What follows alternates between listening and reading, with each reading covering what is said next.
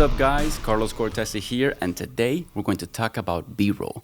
B-roll is an essential element in a project that enhances your videos with relevant and cinematic overlay footage, usually spliced with voiceovers or music. So, without further ado, let's jump into the 6 tips to filming some amazing B-roll. Number 1.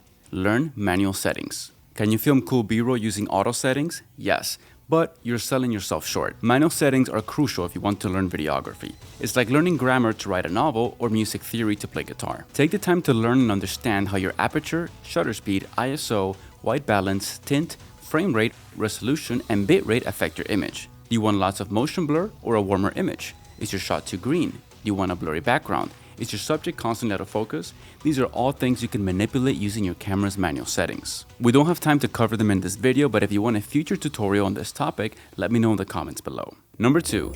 Use high frame rates. Speaking of manual settings, one of the most important ones is your frame rate.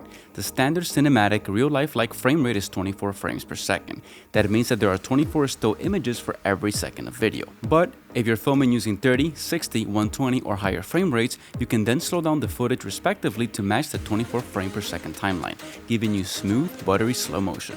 If I am filming slow-moving shots like people talking or static objects, I use 30 frames per second and slow down the footage 80% in post.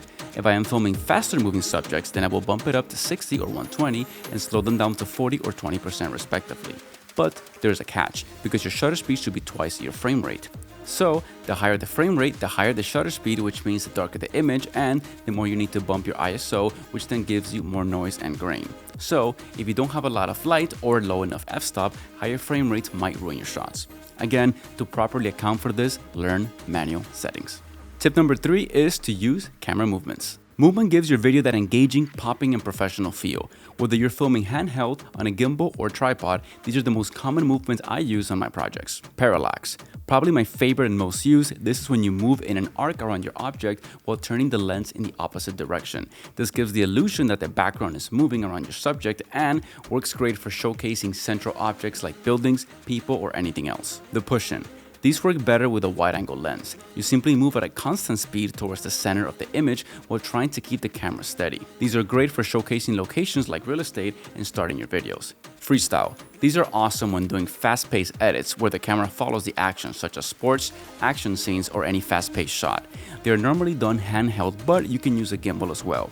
Pro tip, having a heavier and larger camera does make nailing these movements much easier when going handheld, as the added weight and points of contact reduce your hands' micro jitters. Since I switched to the Canon C70 from my 90D, I have done hundreds of handheld B-roll clips using these movements. Tip number 4 is to use good composition. Composition is how you arrange the elements of your shot to tell a story, and these are the basic rules you should remember. Number 1, fill the frame. You want the main subject to take up most of your shot. Avoid empty and unnecessary spaces and make sure there is no doubt as to what the audience should be looking at. Number 2 is symmetry. Symmetrical images are naturally pleasing to the human eye. Try incorporating symmetry in your shots, either horizontally, vertically, or diagonally for greater looking B-roll. Rule of thirds. Divide your frame in 9 equal segments in your head. Some cameras will even let you do it on screen.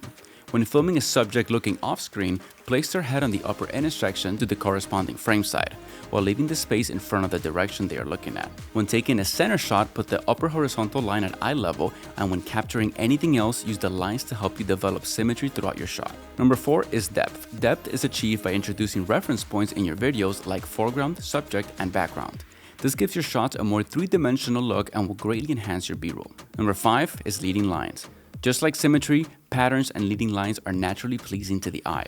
Try finding natural or artificial parallels in your shot that lead your viewers to the central message. This provides a smooth transition to your dominant subject and will look great on camera. Moving on to B-roll tip number 5 is focus. You could be recording in 8K and following all these steps, but if your shot is out of focus, it won't look good. This comes back to tip number 1, which is to learn manual settings. There are many focus options in modern cameras that allow you to adjust to different situations, from face tracking to spot focus to manual techniques like rack focus. It's important you learn how these different focus methods affect your image so you ensure your shots are razor sharp. Finally, number 6 is to capture audio. Audio is half the video experience and is the most overlooked aspect of production for amateur filmmakers. Even if there is no audio in your video, ambient, situational, and layers of audio provide an immersive, engaging, and much richer experience for the viewer. See for yourself.